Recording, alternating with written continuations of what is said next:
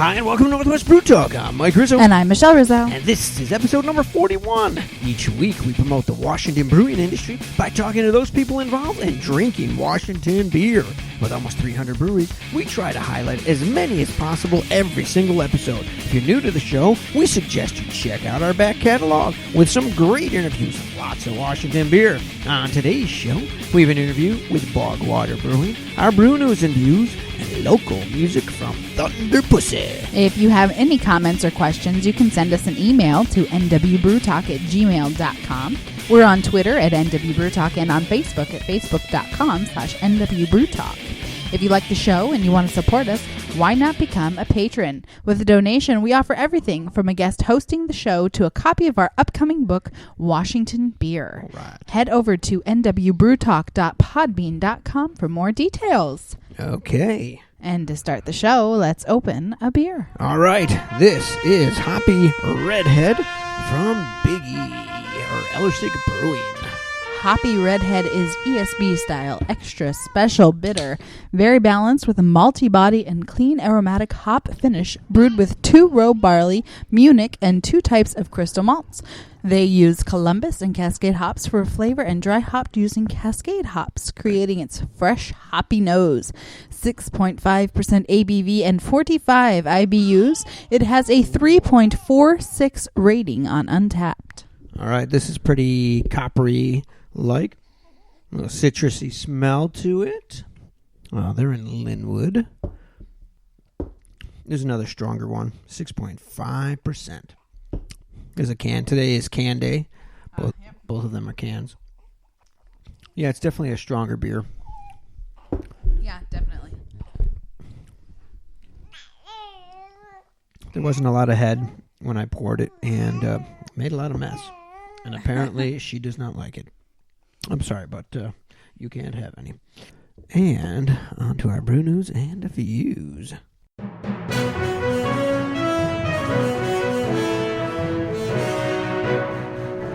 Topping this week's news, Elliott Bay Brewery in Seattle is set to host its second annual Elliott Bay Invitational Beer and Cider Tasting Saturday, November 7th, with a unique collection of 15 barrel-aged, blended, and sour beers carefully curated by Elliott Bay brewers from among some of the region's most respected and innovative breweries.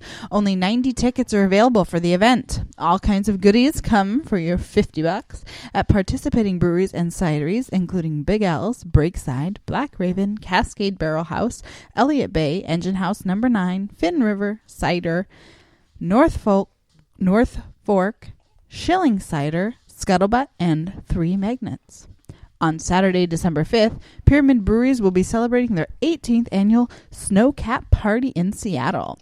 There will be live music from the Mowgli's and Lights, beer with proceeds benefiting Northwest Avalanche Center. The party celebrates Pyramid's release of Snowcap Winter Warmer Ale. Sounds like a good time. Definitely. The last town in Washington, in the state, to be dry is Fircrest, a bedroom community of 6,500 outside of Tacoma. They've been dry for 90 years, and the last time there was a ballot measure to change it, 40 years ago, 60% of the town voted it down. This time around, it's a little different. First, they couldn't even find anyone willing to write the argument against for the voters' pamphlet. According to Blake Serena, the town's unofficial historian, this was a planned community with contoured streets. They didn't want any kind of riffraff. They were making it into some kind of utopia. They had little vases and stands on every corner just for decoration. And they did find one man to write the argument against the measure. He complains about a hypothetical brew pub opening and the potential for parking issues, traffic issues, more importantly, some type of violence taking place. So good luck, Fircrest. We hope that your vote into law. Thanks to unionbulletin.com for that. One of Seattle's most anticipated restaurants has opened. Mollusk was founded by brewer Cody Morris and chef Travis Kuckel. They previously ran Epic Ales and Gastropod and had plans to keep both open. In September, they closed up and worked on Mollusk, a new restaurant and brewery. They opened on Halloween and received their liquor license just hours before opening at a private party on Friday. The new, larger space will allow more room to experiment with food and beer pairings. We're looking forward to trying Cody's newest offerings on a 7-barrel system. While one brewery opened, another is closed. Bellevue Rock Bottom Brewery permanently closed last week in a surprise move. The restaurant opened in 1999 and announced that Friday the 30th would be their final day. They had drink specials all day with proceeds benefiting the Humane Society. The original Olympia Brewery property in Tumwater was auctioned off last week. The property had been empty for over a decade, and the owner split the property into 4 parcels. Originally, the news was that the brewery itself was not up for auction, but it was offered, but there were no bids. The highest bid was $500,000 for a 22-acre property, which is valued at almost $3 million. 2 of the other properties were also bid on well under their value. Whether the owner accepts any of the offers is unknown at this time. And lastly, this week, as the craft beer market continues to grow, the availability of cans is getting scarcer. In February, 2 of the 3 major can producers announced they were merging. Wrexham and Ball will create the largest can supplier, and most craft breweries don't purchase large enough quantities for these companies. In addition, the number 3 supplier, Crown Holdings, has begun cutting off the smaller breweries. Crown used to court craft breweries and allow for smaller purchases, but started cutting orders from new and current customers, leaving many scratching their heads. Ball is still taking orders, but this will definitely put a wrinkle in many breweries' plans as cans were becoming more popular with craft brewers. And that is the brew news and views this week.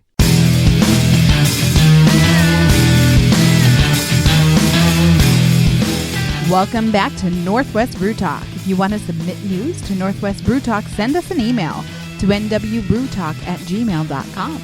Or if you've not yet subscribed to our podcast, why not do it now? It's free, available anywhere you listen to podcasts, including iTunes, Podbean, and Stitcher. If you like us, a review or rating would be really appreciated. But make sure to tell your friends about Northwest Brew Talk. Okay, now let's talk to Bog Water Brewing. All right. We are here today with John Bennett from Bog Water Brewing in Westport. How are you today? I'm good. How are you? I'm doing great. Now, you guys have a little different situation than some places. You're located inside of a winery, right?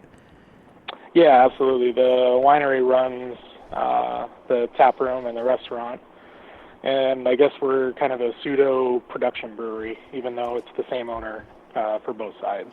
Okay. Since technically tax reasons, all I do is sell to the winery wholesale. Oh, okay. All right. So, when did the brewery open up? Everything was established. The winery and the brewery were both established in 2012. He was originally from Bonnie Lake, and he ran the winery out of his garage, but he sources all his cranberries for his wine down here in Grayland, Westport area. Okay. So when he moved down here, he thought to diversify the brand. Let's open up a brewery with it. Okay. And have you been head brewer since the beginning?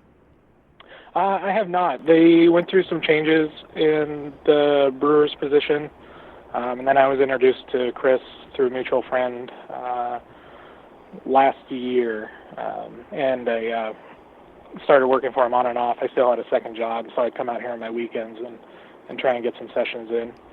And then about May of this year, I kind of got to the point where I had to, pick one. It was either take the brewery job and go full-time or quit because I just couldn't divide my time that much anymore. Right. So what were you doing before that? Had you homebrewed? I did, yeah. A lot of it in my garage. Started out on a Mr. Beer kit, like a lot of people. Mm-hmm. Yeah. Made some interesting beer, I would say. Right. More like apple cider. And then kind of grew from there.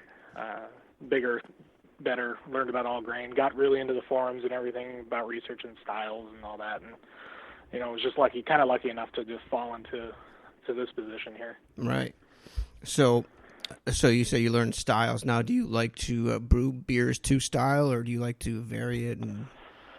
I would say that I'd like to use the styles as guidelines, not so much follow them outright. There are a few where I try to keep it within what the style says, just for purposes of the craft beer community out here is not, I don't want to say we're devoid of a community out here, but it's not as knowledgeable, I would say, as around Right. the rest of the Northwest is. So trying to keep the weirdness, I would say, of the style variations down, so Okay. people aren't put off by them, you know. Right. But I still do like to experiment and kind of push the boundaries of what it is, you know, what's considered like an IPA or something like that. Sure. So what, when you first started brewing, what did you like to brew? I really like malt forward beers, even though, you know, we're in the land of hops. Yeah. I really do appreciate like a nice subtle brown ale. Really accentuates, you know, the chocolate tones and kind of those fruity esters that you get out of the yeast. It doesn't mean I don't enjoy, you know, a nice hop bomb every now and then, but I really, really like to push malt and yeast profiles. Okay, nice. So you were doing that when you were home brewing? Yeah. I think I made maybe one IPA the entire time I was brewing, but most everything else was trying to experiment with adding fruit to beer. I did a wild pick blackberry stout was like my second beer I ever made, and kind of just went on from there because that's what I like to drink, and that's what my family members like to drink as well. Okay, nice. Yeah. So when you got over here to Bog Water, then what did you do? Were you able to go in and make some changes? Did you tweak things? How'd that go about? Yeah, so when I first started the brew, it was, I guess, we call it stagnant. Okay. You know, is probably a good word for it. The other brewer had left, I think, like 6 or 7 months prior, and so they didn't really have a presence here. Some of the equipment was left, most of it was gone, because he took most of it. So okay. it was kind of really bare bones stuff that I was working with. I was on a modified, I want to call it like a glorified home brewing system. I mean, it was really like a barrel capacity to be able to brew at a time. And so it was kind of a feeling out process for me and for the owner, just to kind of see if it would be viable. So I had a couple kegs of different styles, and we put them on, and for the most part, they'd be gone over a weekend. So, you know, it kind of showed that, you know, we did have some viability in the brewery out here. So then you did they upgrade the equipment then? Did you get some? Yeah, Okay. yeah, we have a 10-barrel system right now. Okay.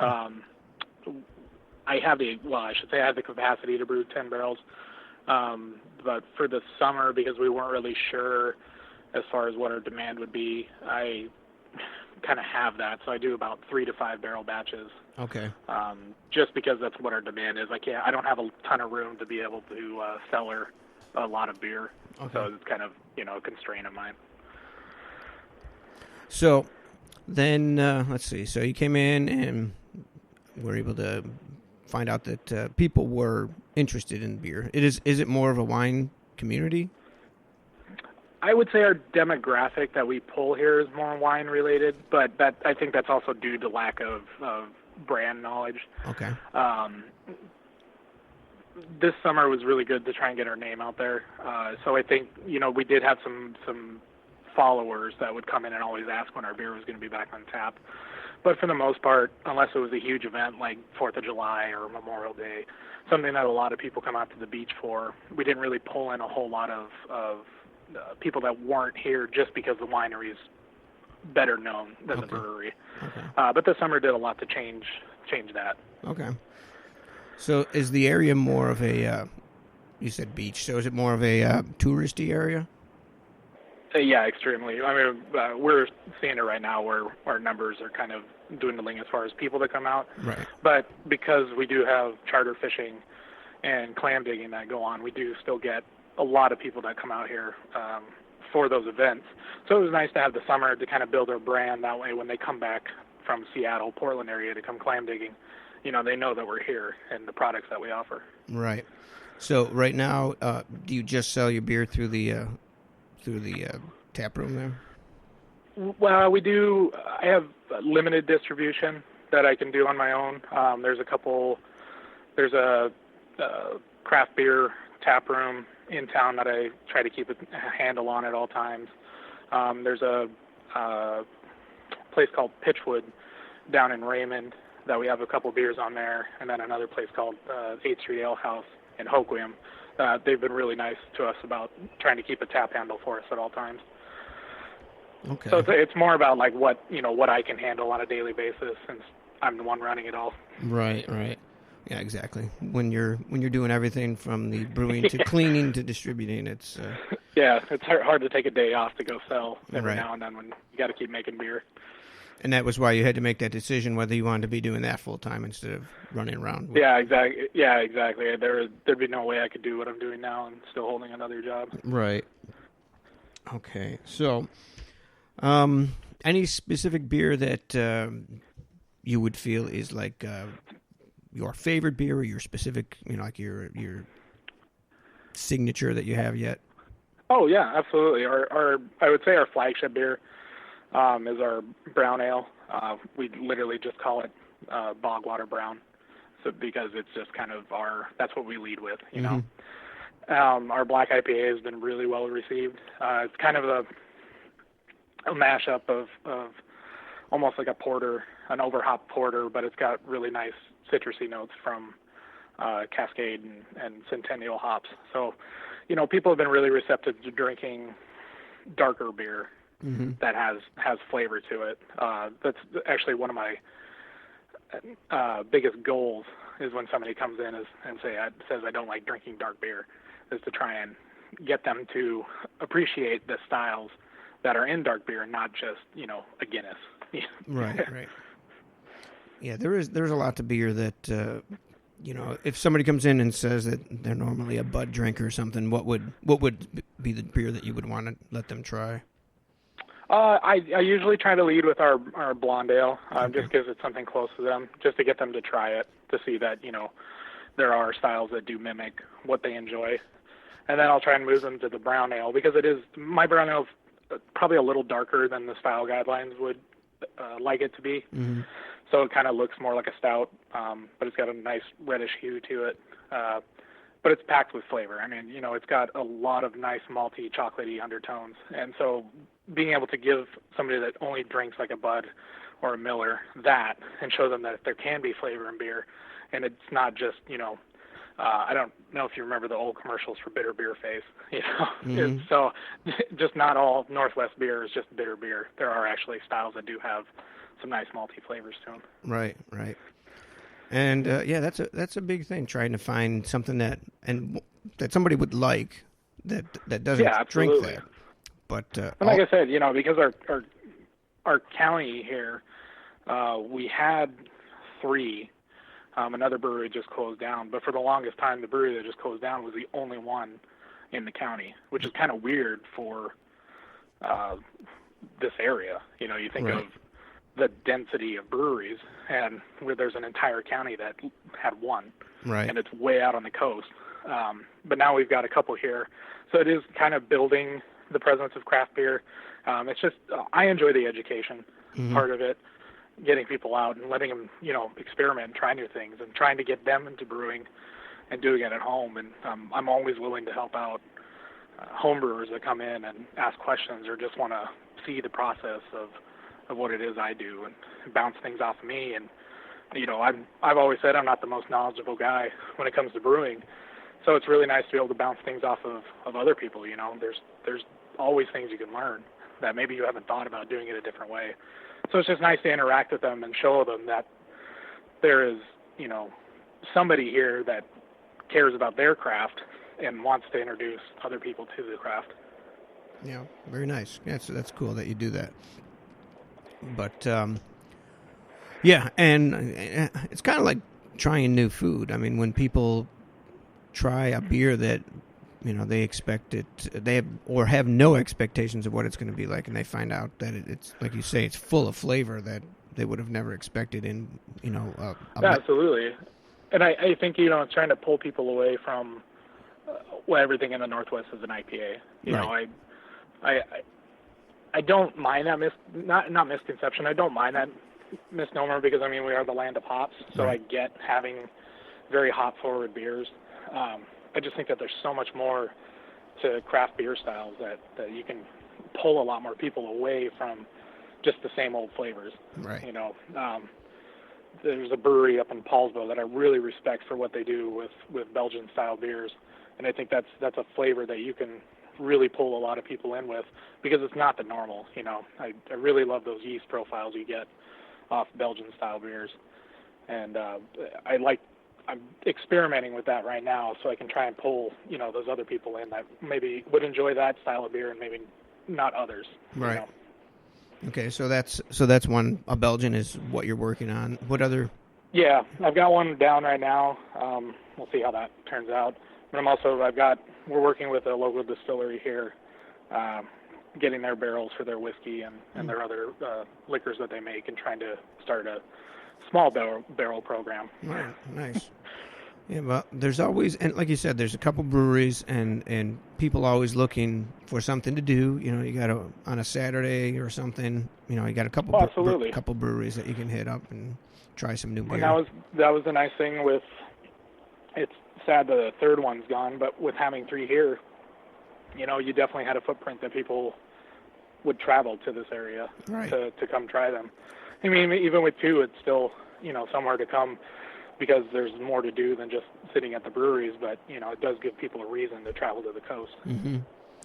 So with the winter coming, then I'm assuming that business would slow down. So yeah, it can. So what do you think? What is your goal going to be over the winter then? Is it going to be try to get out and do more sales or something, or? Yeah, we're looking into trying to start to distribute it on a larger scale. Right. We're talking to some distributors right now, just trying to see where we can go with it, because we know now what our summer capacity is, mm-hmm. and so we can kind of use those numbers to project for next year and know that we have space in our facility to expand, right, to do that, so we can take on distribution to try and I don't want to say weather the winter, mm-hmm. But just kind of keep the winter a viable time of year for us. Oh yeah, definitely. Well, it's no different than like a couple of the breweries that we've talked to up in Snoqualmie in the past. Yeah, sure. The summer's a lot different than it is for the in the winter, So yeah, so it's all just knowing. I mean, it might get to the point where I need some help where I'm doing, but I think for right now I can take all of it on myself. It just would be nice to get our footprint out there, just to let more people know. I think the coolest thing is when I'm wearing our brand and somebody's like, oh, hey, I was out of your brewery, I was out of your place the other day and I really enjoyed what you had out there. That's a win in my mm-hmm. book. It's recognition, and somebody's like, oh yeah, that was a really cool place. I think that's awesome. That's kind of why I got into what I do. Exactly. And it's praise for your work, obviously. Mm-hmm. When somebody says that, maybe not knowing that you were the brewer, even. Yeah, exactly. It's fun though. I mean, I enjoy just meeting new people and hearing their stories. So it's kind of an easy job to do that with. Yeah, that's good. So, at your busiest time over the summer, how often were you brewing? 2 to 3 times a week. We did, when May came around and I started doing full time, it was like 3 or 4 times a week we were brewing, but that was just to build up mm-hmm. kind of a stock. And then we could kind of, I don't want to say sit back and relax a little bit, but we could cut down on the amount of times we were brewing just to keep up supply, right, because we had stocked up so much in that month period preparing for summer, because we get extremely busy during end of June, beginning of July. Mm. So we didn't have a lot of time to build that up, but we wanted to be able to offer more than 1 or 2 beers to people mm-hmm. coming down. It took a while to where we could get all the other handles to where they were all ours, but now that they are, now it's a lot easier to keep up on. Right. On just maintaining that supply. Right. So, do you think that working with the winery like that is a bonus, or do you find that I like that it brings in other people mm-hmm. that maybe wouldn't have thought about going to a brewery. Right. We get a lot of couples that come in because the wife wanted to stop, And then the husband's like super excited because there's beer there that he gets to try, So, Right. so we get a lot of that comes in, and they maybe have never thought about trying breweries and stuff. But we do get we get a ton of people, and I never knew this was a thing. The passport through the Washington, the Wobble passport. I never knew that was a thing until like late July. A ton of people started coming in with it. I was like, oh yeah, we are in this. Yeah. That's a thing now. But that was super cool to meet those people. Working in the winery does, it affords us some, I don't know, I guess financial leeway since the winery tends to own everything. Right. And the brewery is kind of, I don't want to say it's a rent-free because it's the same owner paying for it, but it's a lot less overhead to run the brewery because the winery pretty much takes on all the responsibility. Okay, sure. Do you foresee down the road like doing any bottling or canning? Oh yeah, absolutely. We've talked, myself and the owner have talked about doing kind of limited release right now, trying to build a small bottling line to be able to do it, or a small canning facility. I don't know, we're still trying to figure out where we would work that in. Right. But that is later in the plans as far as just ease of people to get. We have a ton of people come in and ask, do you have bottles anywhere or something like that. So it would help us out to be able to do that. Maybe not on a capacity that other people would, but like a pallet of bottles of something would be nice to be able to put out in the community, just to get it in people's faces that maybe don't want to go to a bar to try and find our beer or something like that. Yeah, and that's how we, with our show too, it's unless we can get a growler of something, it's usually getting a bottle of somebody's beer. So exactly. It's easy transport for some people too. They don't want to open up and drink the whole growler. Well, if you have to, you have to. But so regarding ingredients, do you have like any things that you like to work with specifically? Any specific kind of hops or malts? I'm trying out new malts right now. I'm trying to switch away from just using Breeze as our main malt. I'm going with just from our distributor, what is it? Great Western Malting, I think is the name of the company. Right. So I'm trying to swap out with them just because I know it's a little closer to where we are. So I try to look at the footprint of what we're doing. I really enjoy using Red X, though. I've experimented with a couple of beers. I haven't gone full production with them, but it's a really bright, vibrant red color you get from the malt, and it just looks super cool as a beer. I mean, it's just when you use it right, and it's different looking than any other beer out there when you can use Red X on large scale. So, a couple other things. Sure. Do you foresee entering any of your beers in competitions? Maybe next year. Actually, we did this year. We did. Oh, Nothing local here. We actually put some beers into the Great American Beer Festival. Oh, did you? Nice. And we didn't medal, obviously, or else somebody would have heard about it. Yeah. But it was fun to do just because I wanted to see how they stack up and get some feedback on them. I haven't really looked into any local competitions or anything around here, but hopefully coming year or so that's something that we can do, just trying to gain some recognition, right? As far as that's concerned. Right. It'd just be fun to win. It's fun to win anyway. Well, of course it is. Did you get any good feedback though? We haven't received our sheets back. Oh, you haven't? Okay. So you're not sure yet. No, still waiting on those. I think they said it would be about a month before we got those back. So okay. It'd be nice to see feedback on it anyway. If they say it sucked, Yeah. I'd like to know. Yeah, and then it goes two ways. There's one guy I talked to that said that he doesn't care if everywhere wins competitions because he brews beer that people that come to his place like. So yeah, and that's the other thing is I know I can't please everybody. I mean, obviously it's impossible to do. But even if I got terrible feedback on a beer, I don't know if I would ever tell or ever change it. Like I don't know if I would ever do that. Yeah, it would really depend on what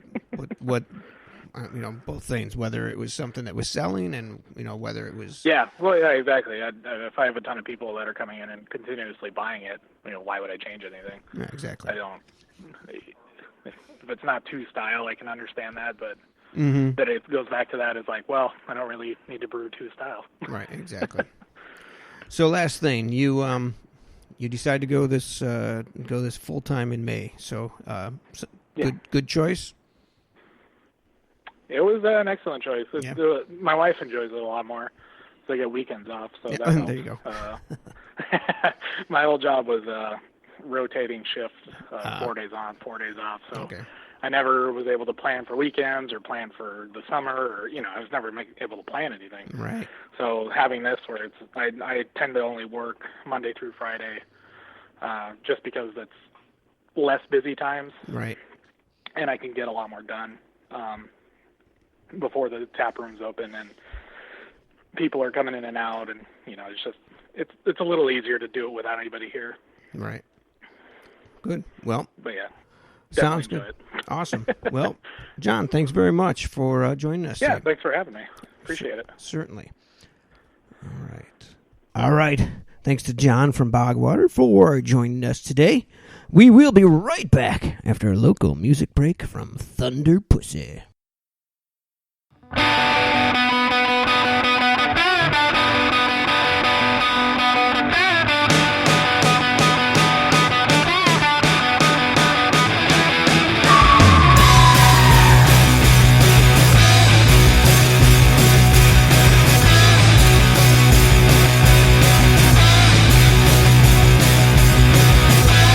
When I see you coming down the street, I'll give you something that you love to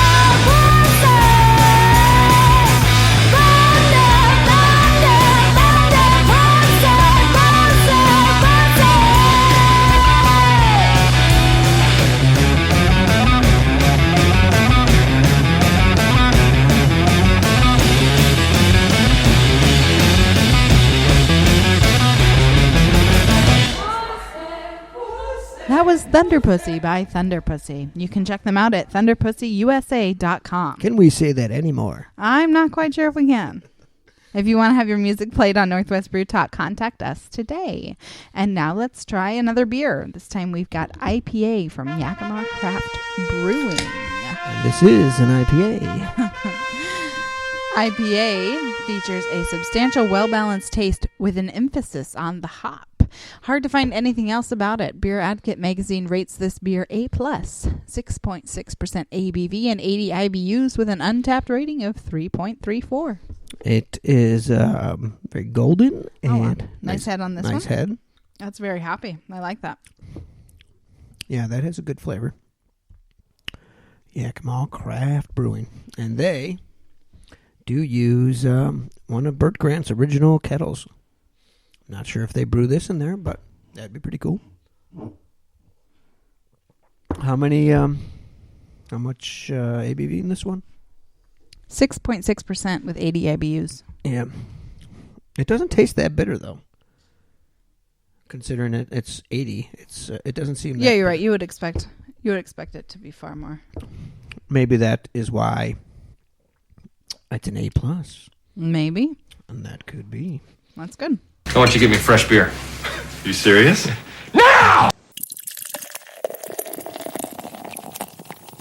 This week's fresh beer is Festivus Holiday Strong Pale Ale from Black Raven Brewing. It was released last Wednesday, October 28th. Festivus is their annual holiday beer brewed with cranberries, galangal root, and brewer's secret blend of spices. Ooh. What better beer to enjoy while airing your grievances and performing your feats of strength? A little Seinfeld humor. Oh. ABV is 7.3%. Oh, definitely Festivus for the rest of us. All right. And that brings us to the end of this episode of Northwest Brew Talk. Make sure you tune in next week when we chat with Airways Brewing. This show is produced and edited by me with engineering help from Michelle Rizzo. And if you want to contact us, you can email us at nwbrewtalk@gmail.com or give us a call at 541-595-TALK. Until next time, I'm Mike Rizzo. And I'm Michelle Rizzo. Stay hopping, my friends.